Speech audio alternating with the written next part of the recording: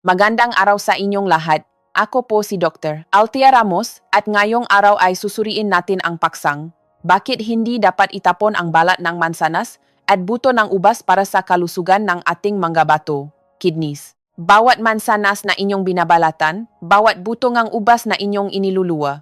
Sa totoo lang, hindi niyo namamalayan na kayo na mismo ang nagtatapon sa basurahan ng huling salbabida ng inyong nga kidney cells sa lula ng bato. Naranasan niyo na bang tumayo sa inyong maliit na kusina, maingat na gumagamit ng matalim na kutsilyo para balatan ang mansanas ng maninipis, tapos titignan ang mga mapupula at sariwang balat na nahuhulo sa basurahan ng may halong pagkakontento? Hindi. Siguro iniisip niyo, mas malinis ito ang tamang pag-alaga sa sarili, ang pagpili sa pinakamasarap na bahagi para tamasahin. O tuwing nakakabili kayo nga matatamis at purpurang ubas sa palengke o grocery para sa inyong nga anak at apo, maingat ninyong pinapaalalahanan, iluwa niyo ang buto ha, baka mabulunan kayo o sumakit ang inyong tiyan. Ginagawa natin ito ng may buong pag-iingat bilang isang lolo, lola, tatay o nanay na laging gusto ang pinakamabuti at pinakaligtas para sa pamilya. Ngunit ngayon, bilang isang babaeng doktor na gumugol ng 35 taon sa pakikini sa paghinga ng masalula ng kidney, nakatayo ako rito upang sabihin sa inyo ang isang mapait na katotohanan kasing pait ng buto and ubas na madalas ninyong itinatapon. Ang inyong nakasanayang pagiging malinis at maingat ay siya palang nagdudulot ng matinding pag-aaksaya para sa inyong kalusugan. Alam niyo ba? Habang sinusubukan nating tanggalin ang magaspang na balat ng mansanas dahil sa takot sa kemikal, o dahil makuna ito, sa katunayan ay tinatanggal natin ang pinakamatibay na baluti na ibinigay ng kalikasan para sa blood filtration system, sistema ngang paksasalang dugo ng ating katawan. Isipin ninyong may hawak kayong salbabida sa gitna ng matinding baha dito sa Pilipinas, gaya nung bagyong Ondoy o Karina, ngunit sa halip na kumapit dito, pinili ninyong itapon ang salbabida at itinira lamang ang manipis na taling palamuti. Iyan eksakto ang ginagawa natin kapag kumakain tayo ng binalatang mansanas at ubas na iniluwa ang buto. Nakakaramdam ba kayo ng madalas na pagkapagod kamakailan ng walang dahilan? Bumibigat ba ang inyong ngabinti tuwing hapon o madalas ba kayong puyat dahil pabalik-balik kayo sa banyo sa madaling araw? Malaki ang posibilidad na ang milyon-milyong malilit na unit enerhe inyong kidney ay pagod na. Walang tigil silang nagtatrabaho 24 oras araw-araw para salain ang bawat patak ng inyong dugo. Ngunit sila ay ginugutom. Pinababayaan sa gitna mismo ng isang piging ng nutrisyon na inihain ninyo sa hapag-kainan. Pagkarinig nito, marami siguro sa inyo ang magugulat at maktatanong. Kumakain naman ako ng tama, laging bumibili ng sariwang prutas. Bakit mo sinasabing pinapabayaan ko ang aking magabato? Ang totoo, ang pagkakamali ay hindi dahil sa kakulangan, kundi dahil sa maling paniniwala. Binulak tayo ng mga advertisement at ng mga nakasanayan na nating tradisyon na ipinasa sa henerasyon, kaya naniwala tayo na ang matamis na laman lamang ng prutas ang masustansya. Ang kinatatakutan natin noon pa man ay hindi pala siyang pangunahing salarin sa pagkasira ng bato. Ang mismong pagtanggi natin sa regalong dalaen balat at puto ang siyang nagpapawala sa kakayahan en inyong blood filtration factory na pagalingin ang sarili. Alam niyo ba na ang manipis na balat na iyon ay may nilalamang antioxidants na 6 beses na mas mataas kaysa sa laman ng mansanas na paborito ninyo? Alam niyo ba na sa loob ng maliit at mapait na buto ng ubas ay may nakatagong special task force na may kakayahang tapalan ang ngasira sa filter ng inyong kidney ng mas epektibo kaysa sa anumang mamahaling supplements na nabibili sa botika? Kung nakaupo kayo riyan habang pinapasan ang takot sa bumababang resulta ng blood test para sa kidney, o ang pangamba na balang araw ay kailanganin ninyong ma-dialysis machine, ang mensaheng ito ay para sa inyo. Huwag ninyong mamadaling lampasan ang videong ito dahil hindi lamang ito nakakabagot na medical na impormasyon, kundi isang paglalakbay upang sabay-sabay nating may balik ang kapayapaan ng ating makidney mula sa mga simpleng desisyon sa ating mga kusina. Alam kong nagdududa kayo at nagtatanong kung paano kakainin ang balat ng ligtas ngayong puro kemikal ang paligid natin. Alam ko ring nag-aalala kayo para sa mga sensitibong sikmura ang ating mga nakatatanda na mahihirapang ngumuya ang matitigas at mapapait na bagay. Ngunit maniwala kayo sa akin, bawat problema ay may solusyon at bawat pangamba ay may katapat na siyentipikong hakbang. Kung gusto ninyo talagang bigyan ng pagkakataong bumata ang inyong nga kidney, na maging mas magaan ang kanilang trabaho, mangyari po lamang na i-click ang subscribe at i-turn on ang notifications ngayon din. Ang inyong pagsuporta ay hindi lamang nakakatulong sa amin na mabahagi ng magagandang aral, kundi ito rin ang inyong unang pangako sa inyong sariling kalusugan. Hindi na natin hahayaang manatili sa basurahan ang makayamanang ito kahit isang araw pa. Samahan niyo akong pumasok sa maza ng ating mga selula upang makita kung gaano kamangha-mangha ang kalikasan ng itago nito, ang mga pinakamahalagang bagay sa mga lugar na hindi natin inaasahan. Handa na ba kayong baguhin ang inyong pananaw at iligtas ang inyong kidney simula ngayong araw?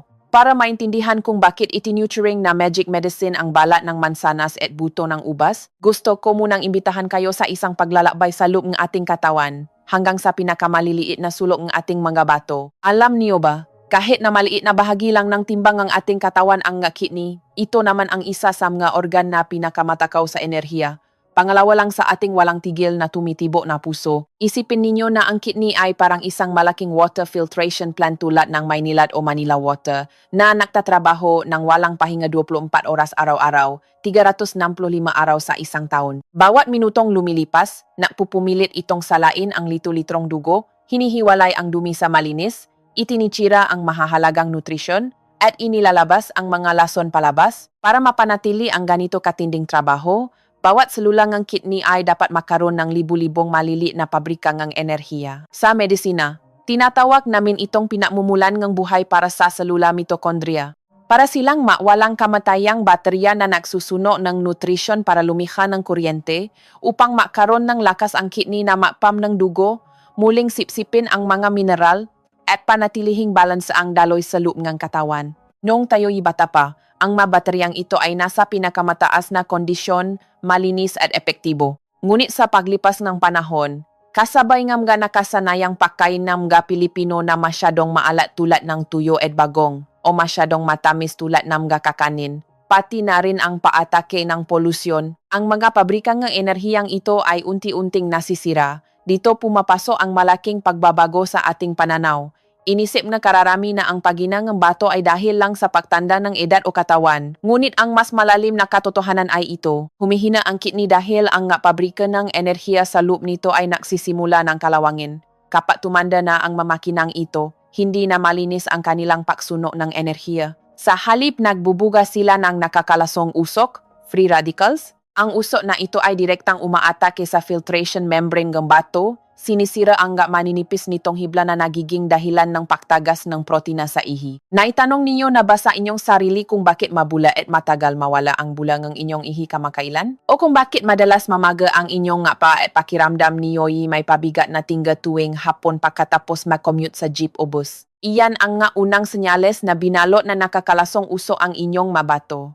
Humihingi na ng saklolo ang pabrika ng enerhiya dahil sila'y overloaded at walang panggatong para ayusin ang kanilang sarili. Pagkarinig nito, marami sa inyo ang mag-alala at itatanong kung hinahayaan ba ninyong mamatay ng unti-unti ang inyong kidney dahil sa kakulangan ng enerhiya. Nakakaramdam ba kayo ng kakapusan sa hininga kahit gumagawa lang simpleng gawaing bahay araw-araw? Ang pagod na iyon ay hindi lang sa kalamnan, kundi nakmumula ito sa kaibuturan ng bawat selula ng bato na nawawalan ng sigla. Ngunit kumalma kayo dahil ang kalikasan ay laging patas. Biniyayaan tayo ng kalikasan ng mga magagaling na repairman at sila ay matatakpuan mismo sa balat ng mansanas at buto ng ubas na palagi nating itinatapon. Ang dahilan kung bakit napakahalaga ng balat ng mansanas at buto ng ubas ay dahil naglalaman sila ng super special compounds na kayang pumasok ng direkta sa loob ng nasirang pabrika ng enerhiya. Nagsisilbi silang parang matapang na langis na pampadulas at tagalinis. Tumutulong silang patayin ang manakakalasong uso, linisin ang manaypong kalawang, at ang pinakamahalaga, muling buhayin ang lakas ng mabaterya ng selula. Habang ang laman ng mansanas ay nagbibigay lamang ng tamis at counting fiber, ang balat nito ang sentro ng mga protective compounds na 2 hanggang 6 na bases na mas matas. Ang masangkap na ito ay may mahimalang kakayahan. Pinipigilan nila ang prosesong fibrosis paninigas pagpapaklat.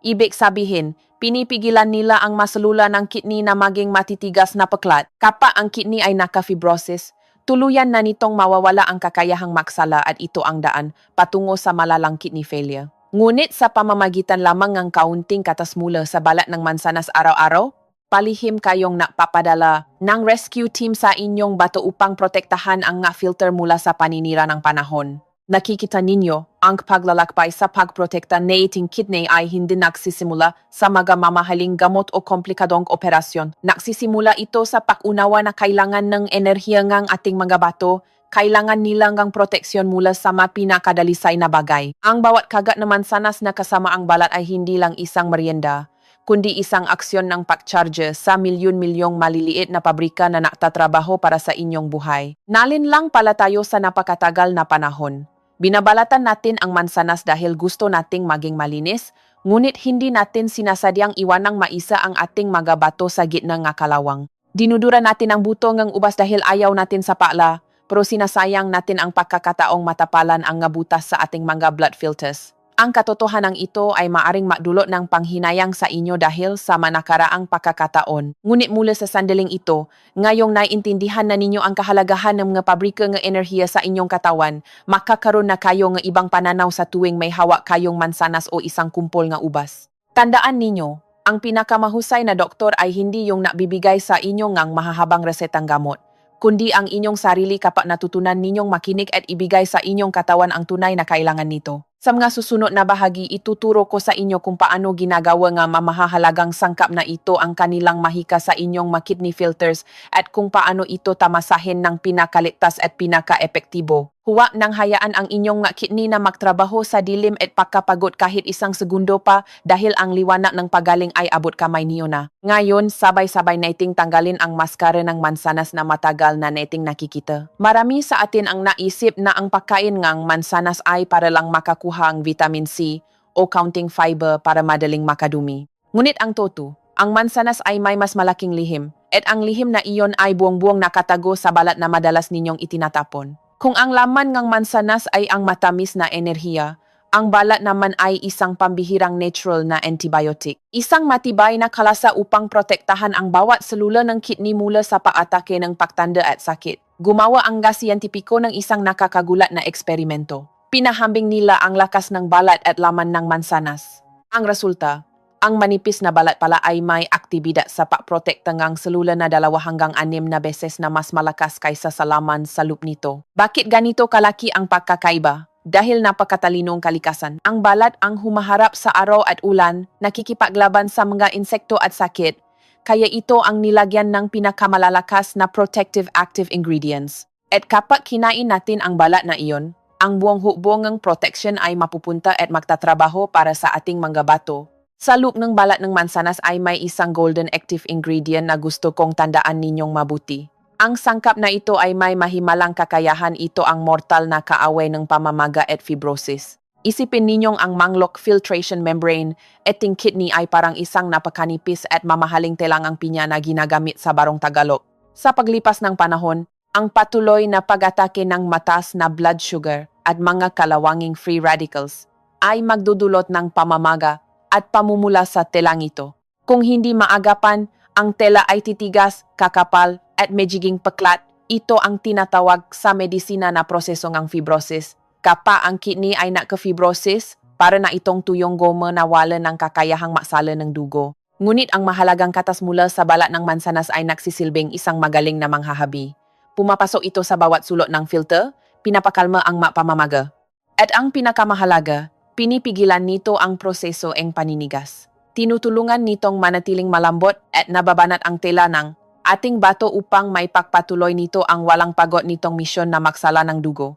Mayroon ba sa inyo rito na galing sa doktor at nasabihang may senyales na ang fibrosis ang kidney na naging dahilan para hindi kayo makatulog sa gabi dahil sa pag-alala at kaba? Kung mayroon, pakinggan niyo itong mabuti. Ang ngakatas sa balat ng mansanas ang paasa natin upang mapabagal ang prosesong iyon at may salba ang mga huling malulusok na bahagi ng ating mga bato. Higit pa rito, ang balat ng mansanas ay may sangkap na gumagana ng napakatalino tulad ng modernong gamot para sa diabetes at pagprotekta ng kidney sa kasalukuyan. Tumutulong itong balansehin ang asukal sa dugo at bawasan ang pasanin ng kidney habang ang pagkain ay nasa bituka pa lamang. Ibig sabihin, mas makakapagpahinga ang inyong bato at hindi na kailangang magpakahirap sa pagproseso ng biglaang pagtaas ng blood sugar pagkatapos ng bawat kainan. Ang pagkain ng isang buong mansanas pati balat ay mukhang simple, pero ito ay isa sa mga pinakamalaking regalo na may bibigay ninyo sa inyong blood filter.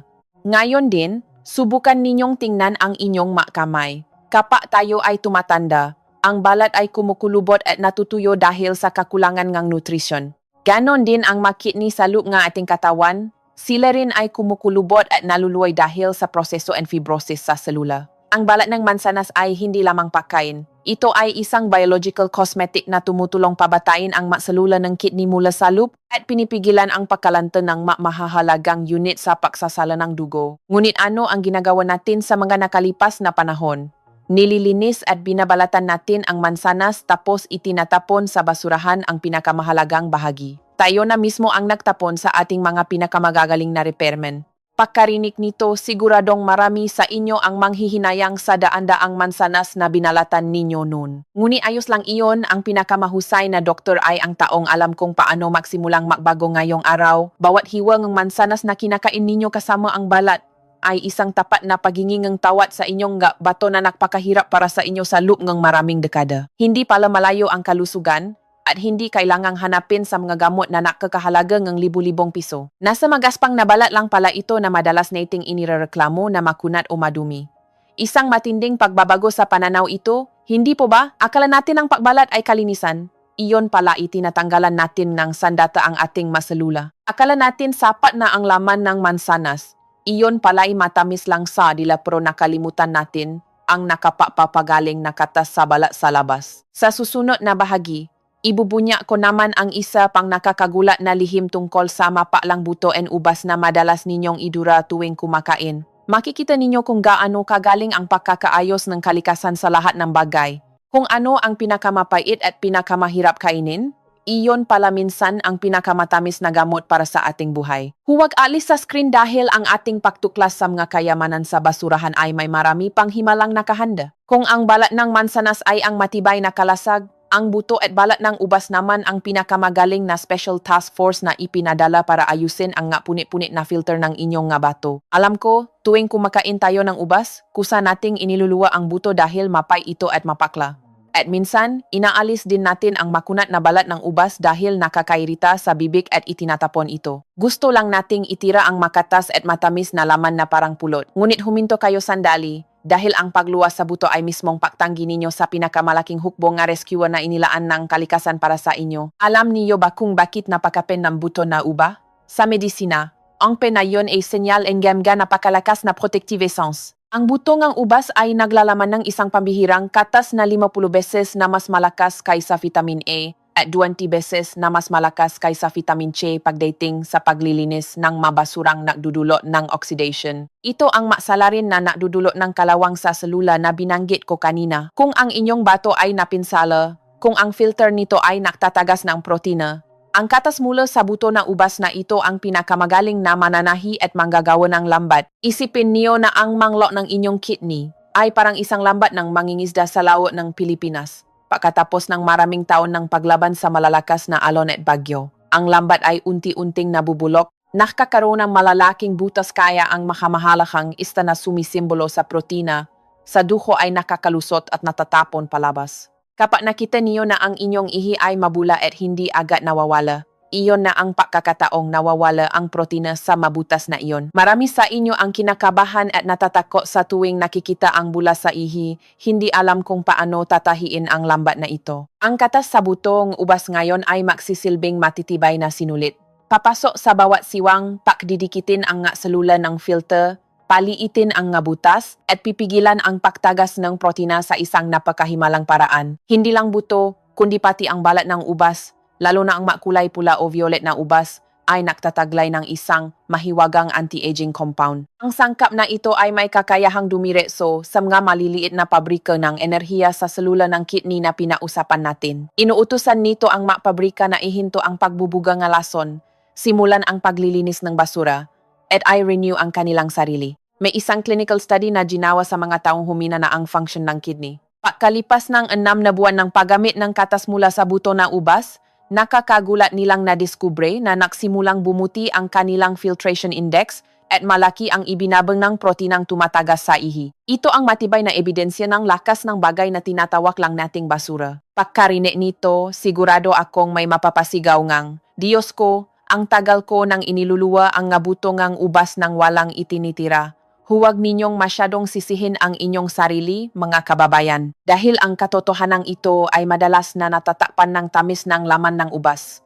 Nararamdaman niyo bang bumibigat ang inyong katawan at minsan ay parang magulo ang isip dahil sa naipong toxins? Nangyayari iyan dahil barado ang inyong blood filtration plant. Ang presensya ng katas ng balat at buto ng ubas ay parang preskong hangin na nagwawali sa mga kabara upang manumbali ang bilis ng daloy ng dugo sa kidney. Kapag malinis na ang kidney, kusa ninyong mararamdaman na mas magaan ang pakiramdam, bawas ang pagod, at mas malinaw ang pag-iisip. Marami rin ang naalala, Dr. Althea. Ang tigas ng butong ubas, hindi ba yan makakasama sa sikmura ko? O baka hindi ko makayanan ang sobrang paglakapa nginuya ko? Lubos kong naiintindihan ang inyong salubin. Ang simpatiya ko para sa inyo ay nandito. Hindi naman natin kailangang pilitin ang ating sarili na kumain ng isang dakot na butong ubas araw-araw ng sapilitan. Ngunit ang pag-alam sa halaga nito ay tutulong sa atin na baguhin ang ating pamamaraan. Imbes na itapon ng tuluyan, maaari natin itong nguyain ng mas maigi.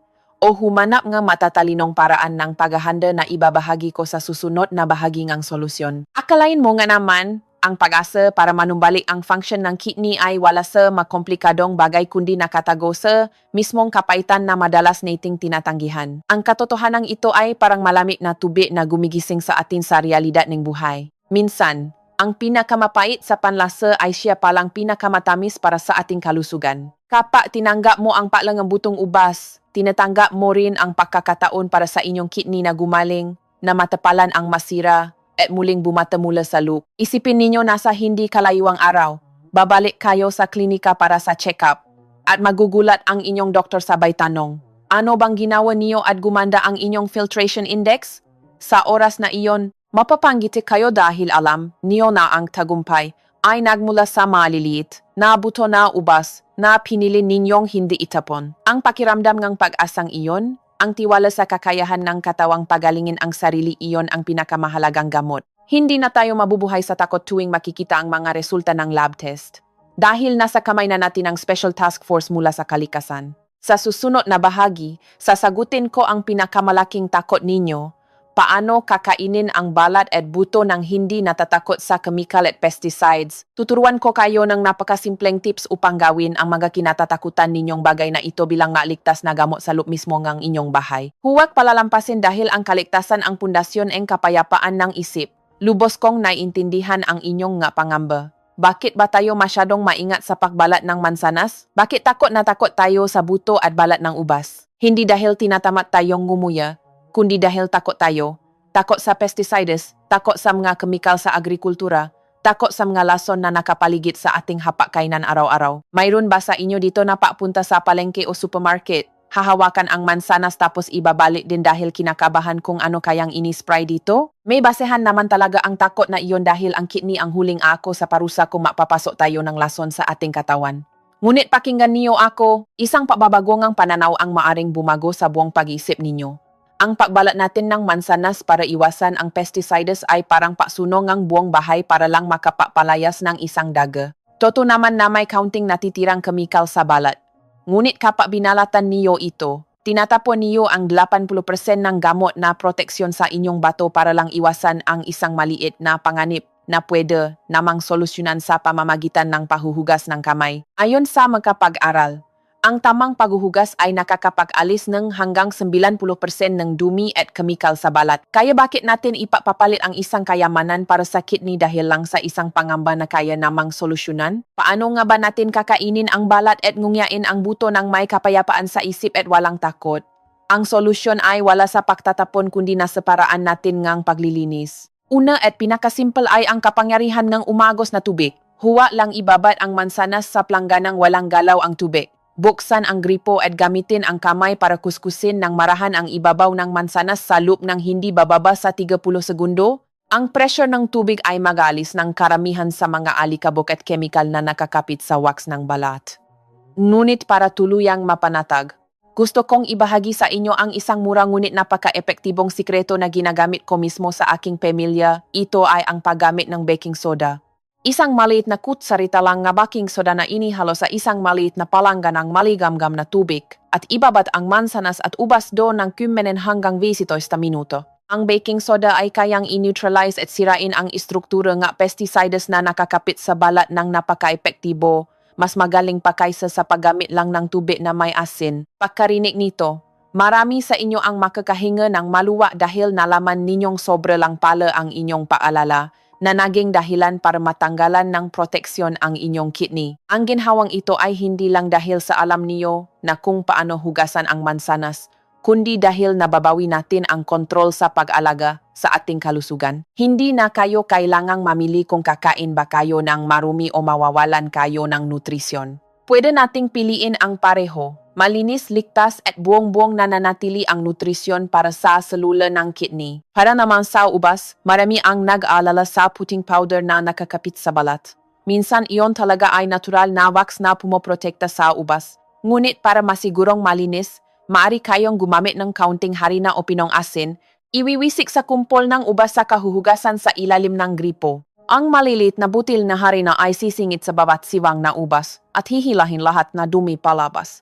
Pagkatapos hugasan, pwede na kayong maging kumpiyansa sa pag-enjoy ng ubas pati balat at pagnguya ng may gisabuto. Kapag nagawa ninyo ng tama ang mahabang na ito, ang mansanas at ubas ay hindi na magiging banta, kundi magiging mapinaadalisay na gamot. Hindi na kailangang mapakahirap ng inyong bato para salain ang ngalason ng pesticides. Sa halip, matatanggap na nito ang mahahalagang katas para pagalingin ang sarili. Ang sarap sa pakiramdam ng kumagat sa isang malutong na mansanas pati ang balat pagkatapos itong hugasan ng mabuti.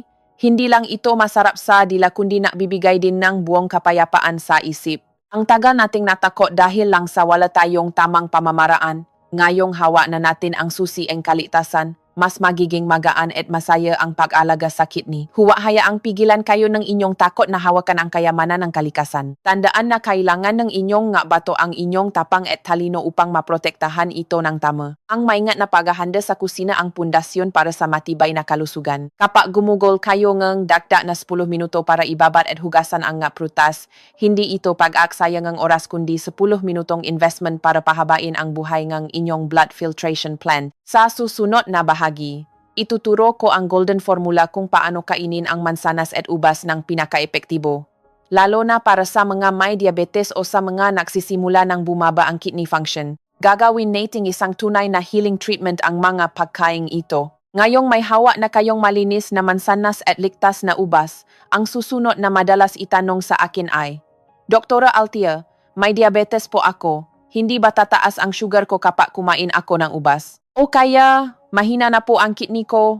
Kapag kumain ako ng mansanas pati balat, baka tumaas ang potassium ko at maging pabigat sa kidney. Napakatutu at napakavalit ng pangambang ito. Para maging magic medicine ang mansanas at ubas, hindi natin ito pwedeng kainin ng basta-basta. Kailangan natin ang matalinong diskarte na angkop sa kalusugan ng bawat individual. Una sa lahat, gusto kong kausapin ang manabubuhay ng may mataas na blood sugar.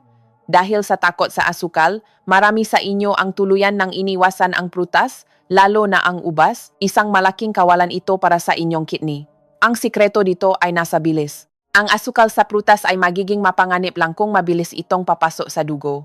Ngunit magiging magandang enerhiya ito kung dahan-dahan itong papasok. Kapag kumain kayo ng mansanas na may balat, ang maraming fiber sa balat ay magsisilbing preno na pipigil sa mabilisang pa-absorb ng asukal sa dugo. Ang golden formula para sa mga may diabetes, bawal na bawal going juice, kundi kainin ng buo. Isang maliit na mansanas o mga 10 hanggang 15 butil ngang ubas bawat araw ay isang ligtas na dami. Ngunit tandaan ang tip na ito, huwag kailanman kakainin ang prutas kapag walang laman ang tiyan sa umaga. Kainin ito bilang dessert pagkatapos ng pagkain na may maraming gulay o isabay sa ilang buto ngang mani o balatong. Ang healthy fats at proteina sa mga nuts na iyon kasamang balat ng mansanas ay pananatilihing balansa ang inyong blood sugar. Kaya hindi mag-overwork ang kidney ninyo para linisin ang sobrang asukal. Mayroon ba rito na tuwing titingin sa plato ngang prutas ay nabibigatan ang loop?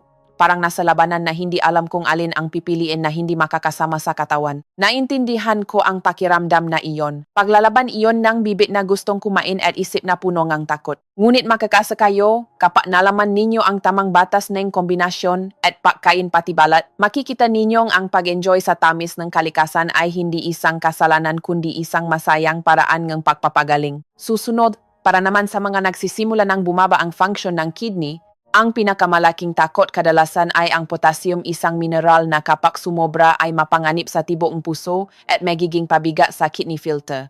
Ang magandang balita sa listahan ng mga prutas, ang mansanas at ubas ay napaka-kidney friendly dahil napakababa ng potassium level ng mga ito. Kumpara sa isang saging o dalandan na punong potassium, ang isang mansanas o isang dakot na ubas ay ang pinakamagandang piliin para makakuha kayo na protective extract ng kidney nang hindi na alalang tumaas ang mineral sa dugo. Gayunpaman, ang pagiging sapat lang ang susi. Para sa mga nasa mild stage ng paghina ng kidney, isang maliit na mansanas kasama ang balat araw-araw ay napakagaling. Para naman sa mga nasa mas malalang stage, pwede nating hati-hatiin ang mansanas, kumain ng ilang piraso pagkatapos ng bawat kainan, lalo na sa butong ubas. Kahit napakahalaga nito, hindi ninyo kailangang ngumunguyang ng daan-daang buto araw-araw. Kailangan niyo lang nguyain ng mabuti ang 3 hanggang 5 buto sa bawat pagkain ng ubas upang may labas ang katas nito. Ang pakla na iyon kapag humalo sa tamis ng ubas ay lilikhang isang mahimalang balanse para sa inyong panlasa at sa selulang kidney. Ang makahanap ng prutas na masarap na, matamis pa, tapos hindi pa nakakasama kahit mahina na ang bato, ang pakiramdam na iyon ay parang nakahanap ng malamig na bukang ng tubig sa gitnang disyerto. Nabibigay itong walang katapat na ginhawa. Hindi niyo na kailangang mamuhay sa sobrang higpit na pagdidieta na umabot sa puntong nang hihina na ang inyong katawan. Pinapayagan na kayong mag-enjoy, ngunit mag-enjoy ng may talino at kaalaman. Tandaan, hindi kailangan ng ating bato ang pagiging perpekto, kailangan lang nitong mapakinggan. Kapag kumagat kayo sa mansanas pati balat at naramdaman ang lutong at tamis, pasalamatan ninyo ang inyong kidney na nagpakahirap magsala ng dugo at alamin ninyo na napapadala kayo ng mga pinakamahusay na materyales para ayusin ang sira nito. Ang formulang ito ay hindi lang tungkol sa sukat, kundi tungkol sa pagiging tugma ng pagkain at ng katawan. Ang pagsunod sa tamang dami at paraan ng pagkain ay hindi lang para protektahan ang inyong kidney ngayon, kundi upang maiwasan din ang delikadong komplikasyon sa hinaharap. Kapag tama ang kinakain ninyo, makikita ninyong mas masarap ang inyong tulog, hindi na masyadong manas ang paa, at mas masigla ang inyong isipan. Iyon ang pinakamalinaw na patunay na nasa tamang landas tayo. Pwede pala nating kontrolin ang ating kalusugan sa pamamagitan lamang na counting pagbabago sa ating mga nakasanayan. Walang kailangang magic pills, kailangan lang ng pasensya at tamang pagmamahal sa ating sariling katawan. Sa susunod na bahagi, gusto kong ikwento sa inyo ang tungkol sa isang taong namuhay din sa takot tulad ninyo at kung paano binagong isang maliit na habit galing sa mansanas at butong ubas ang kanyang buhay. Ang kwentong ito ang bibigay ang malaking inspirasyon para maniwala kayong kaya niyo rin itong gawin. Tandang-tanda ko pa ang mukha ni Mang Ben, isang 68 anyos na retiradong guro sa Pilipinas, noong unang beses siyang pumasok sa aking klinika. Si Mang Ben ay mabusisi, laging seryoso ang mukha, at mahigpit na hawa ang resulta ng lab test ng kanyang kidney, na parang hawa niya ang kanyang bitay na nakasabit sa kanyang ulunan. Malungkot niyang kinwento sa akin. Doktora Althea, simula nang malaman kong mahina ang bato ko, wala na akong lakas ng loob na kumain ng kahit ano. Kapag nakakita ako ng saging, takot ako sa potassium. Kapag nakakita ng karne, takot ako sa protina. Pati mansanas binabalatan ko ng makapal dahil takot ako sa pesticides. Ngayon, para na akong naglalakad na bangkay, ilang hakbang lang ay hinihingal na. Nang makita ko ang payat at namumutlang isura ni Mang Ben, naduro ang puso ko. Hindi na isa si Mang Ben. Napakarami rin sa inyo dito ang nabubuhay sa hawla ng takot na iyon. Dahil sa sobrang pagmamahal natin sa ating kidney, sa sobrang takot na masira ito, ginutom natin ito at pinakaitan ng pinakamahalagang enerhiya mula sa kalikasan. Matagal akong nakipausap kay Mang Ben. Ikinuwento ko sa kanya ang tungkol sa salbabida sa balat ng mansanas at sa Special Task Force sa butongang ubas na kakatuklas lang natin ngayon. Sabi ko sa kanya, Mang Ben, humihina po ang inyong kidney, pero mas humihina ang inyong isip dahil sa labis na pag-alala. Ang pagbalat ng mansanas na ginagawa ninyo ay parang pagpapaalis sa isang repairman na natitira sa bahay ninyo. Tinuruan ko siya kung paano gumamit ng baking soda para sa pahuhugas at kung paano kumain ng isang maliit na mansanas pati balat pagkatapos ng hapunan. Pinayuhan ko siyang huwag itong ituring na pabigat, kundi isang maliit na ritual ng pagmamahal sa sarili. Mayroon ba sa inyo dito na katulad din ni Mang Ben? Mayroon bang tuwing kakain, kaunting sabaw lang ang pinapata sa kanin? Nakatingin sa mga anak at apo na sarap sa pagkain at inggit na inggit, pero hindi magawang sumubo dahil takot sa napakaraming bagay? Ang pakiramdam ng pag-isa mismo sa hapag-kainan ng iyong sariling pamilya ay masakit at mas mabilis makapapabagsak ng katawan kaysa sa mismong sakit sa kidney. Ngunit tingnan ninyo ang paglalakbay ni Mang Ben, makikita ninyong ang maliit na pagbabago sa pag-isip ay pwedeng magbigay ng panibagong liwanag. Nagsimulang magbago si Mang Ben. Nung una, naalangan pa siya. Kumakain ng balat ng mansanas pero kinakabahan pa rin sa kemikal. Pero nung sinunod niya ang tamang prosesong pahuhugas, naging kampante siya. Nagsimula na rin siyang ngumuya ng maliliit na butong nga ubas, dinadama ang pakla na humahalo sa tamis. Tumawa siya sa akin sa telepono at sinabi, "Doktora, may sarap din pala ang pait ng butong nga ubas." Pagkatapos ko kumain, gumaan ang pakiramdam ko. Hindi na blote ang tiyan ko tulad ng dati. Ang pinakamahimala ay hindi yung nakbago agad ang mga lab test ni Mang Ben overnight. Ang himala ay nangyari sa kanyang isip. Hindi na siya nakatingin sa plato ng prutas na parang isang bombang sasabo. Bumali ang gana niya sa pagkain. Bumali ang sigla ng kanyang nga hapon. Kumakain ng mansanas kasama ang kanyang asawa. Nang gumaan ang kanyang isip, nawala rin ang manas ng kanyang nga binti at mas naging mahimbing ang kanyang tulo dahil hindi na niya kailangang maisip ng buong madama tungkol sa kanyang sakit. Ang kaligayahan para sa mga nakatatanda ay minsan nakikita sa simpleng pagkagat sa malutong na mansanas na may balat na walang kahit anong kaba. Ibinahagi ni Mang Ben na ang pagiwan na balat sa mansanas ay nagparamdam sa kanya na ipinaglalaban niya ang kanyang kalusugan, na siya na ang may kontrol at hindi lang basta naghihintay na lumala ang sakit. Ang kumpiyansang iyon ang pinakamagandang pampalakas sa function ng kidney. Ang kwento ni Mang Ben ay patunay na hindi natin kailangang maging medical experts para maalalagaan ng tama ang ating bato. Kailangan lang natin ng konting kaalaman at tapang para baguhin ang nga lumang nakasanayan. Nang makita ko si Mang Ben na ngayon ay naglalakat na sa pagkakasama ang kanyang apo, mas mapula ang pisngi at hindi na hawa ng mahigpit ang kanyang lab results, naintindihan ko kung gaano kalaki ang halaga ng paglilinis ng pangalan ng balat ng mansanas at buto ng ubas. Nga minamahal kong kababayan, kung nagawa ni Mang Ben, siguradong magagawa niyo rin. Naghihintay na ang inyong nga kidney ng positibong senyales mula sa inyo. Huwag niyo na siyang hayaang magtrabaho ng mag-isa at kulang sa sustansya. Bigyan ninyo sila ng mga repairmen mula sa balat at buto ng ubas simula ngayon. Hindi na kayo nag-isa sa paglalakbay na ito dahil nandito si Mang Ben, nandito ako, at ang buong komunidad natin na sama-samang sumusuporta sa isa't isa. Kapag binitiwan na natin ang ating takot, magsisimula ang natural healing process ng ating katawan. Kapag gumaan ang puso, mas bubuti rin ang trabaho ng bato. Iyon ang pinakamalalim na pilosopiya na gusto kong iparating gamit ang kwento ng isang matandang guro. Huwag limitahan ang buhay ninyo sa salitang bawal, kundi palawakin ito gamit ang pag-unawa at pagtamasa ng may karunungan. Ang ating paglalakbay mula sa basurahan sa kusina hanggang sa pinakamalalim na sikreto ng gasalula ng bato ay nagtatapos na dito. Ngunit ang tunay na paglalakbay ng inyong pagaling ay nagsisimula pa lamang. Sa pamamagitan ng kwento tungkol sa balat ng mansanas at buto ng ubas, sana ay mapatanto ninyo ang isang napakahalagang bagay.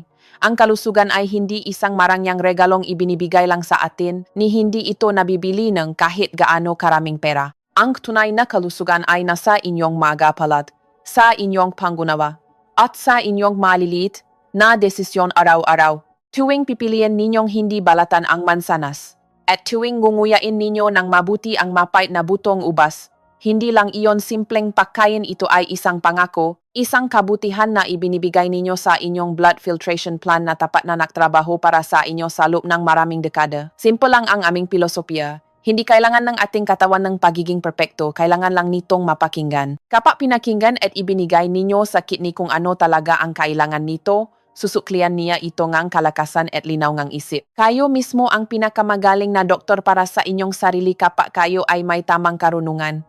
Kayo ang kapitan ng barko ng inyong kalusugan. Kahit minsan ang lab test at filtration index ay tumataas at bumababa, hanggat mayroon kayong tiwala at tamang pamamaraan, hindi mamamatay ang pag-asa. Alalahanin ninyo si Mang Ben, mula sa pagiging bilanggong punong takot, nakahanap siya ng liwanag dahil lang sa isang piraso ng mansanas na hindi binalatan. Magagawa niyo rin iyan o higit pa. Kung nararamdaman ninyong ang ibinahagi ko ngayong araw ay tunay na tumagos sa inyong puso at nagbigay ng isang napakahalagang pagbabago ng pananaw, inaanyayahan ko kayong gumawa ng 3 maliliit ngunit makabuluhang hakbang. Una, mag-comment ang numero 1. One sa ilalim ang video na ito upang malaman kong handa na kayong itago ang balat ng mansanas at butoeng, ubas para sa inyong kidney. Pangalawa ay click ang subscribe button para hindi tayo magkahiwalay sa ating paglalakbay tungo sa kalusugan. At panghuli, ang pinakamahalaga ay share ninyo ang video na ito sa inyong makaibigan, kaedad at pamilya. Dahil marami pa rin sa labas ang natatako at sinasayang ang magic medicine araw-araw na katulad natin dati. Ang isang pasya ninyo ay maaring makapagligtas sa kidney ng isang taong nawawalan ng paasa. Bago tayo magtapos, gusto kong magbigay ng isang mahalagang babala. Napag-usapan natin ang magay na akala natin ibasura ngunit ginto pala. Ngunit sa mundo ng nutrisyon, may bagay rin na itinuturing na ginto, sikat at napakamahal. Ngunit kapag maling kinain ay magiging pumapatay para sa mahumihinang kidney. Marami sa inyo ang gumagastos ng libu-libong piso para bumili ng mga premium nuts gaya ng pine nuts o almonds para magpalakas ng katawan. Ngunit alam niyo ba, para sa isang nasirang kidney tube, ang mga nuts na ito ay pwedeng magbaon ng matatalim na piraso ng mineral sa loob ng kidney filter na nagdudulot ng matinding sakit at tahimik na pagkasira na walang nakakaalam. Bakit naging kaaway ng kidney ang pangmayamang pagkain na iyon? Paano natin malalaman kung alin ang masustansyang nuts at alin ang nakakalason para sa may sakit sa bato? Sa susunod na video na may titulong Pine Nuts at Almonds, ang lihim na pumapatay at bumabaon sa inyong bato, ibubunya ko ang sikretong ito upang hindi masayang ang inyong pra at lumala ang inyong sakit. Huwag itong palampasin dahil minsan, ang kawalan ng kaalaman ay sisingilin ng mismong buhay ng inyong kidney. Hiling ko ang kapayapaan sa inyong isip at kalusugan para sa inyong bato. Simulan ninyo ang bagong araw na may dalang ngiti at isang buong mansanas na may balat. Hanggang sa muli nating pakikita sa ating susunod na paglalakbay.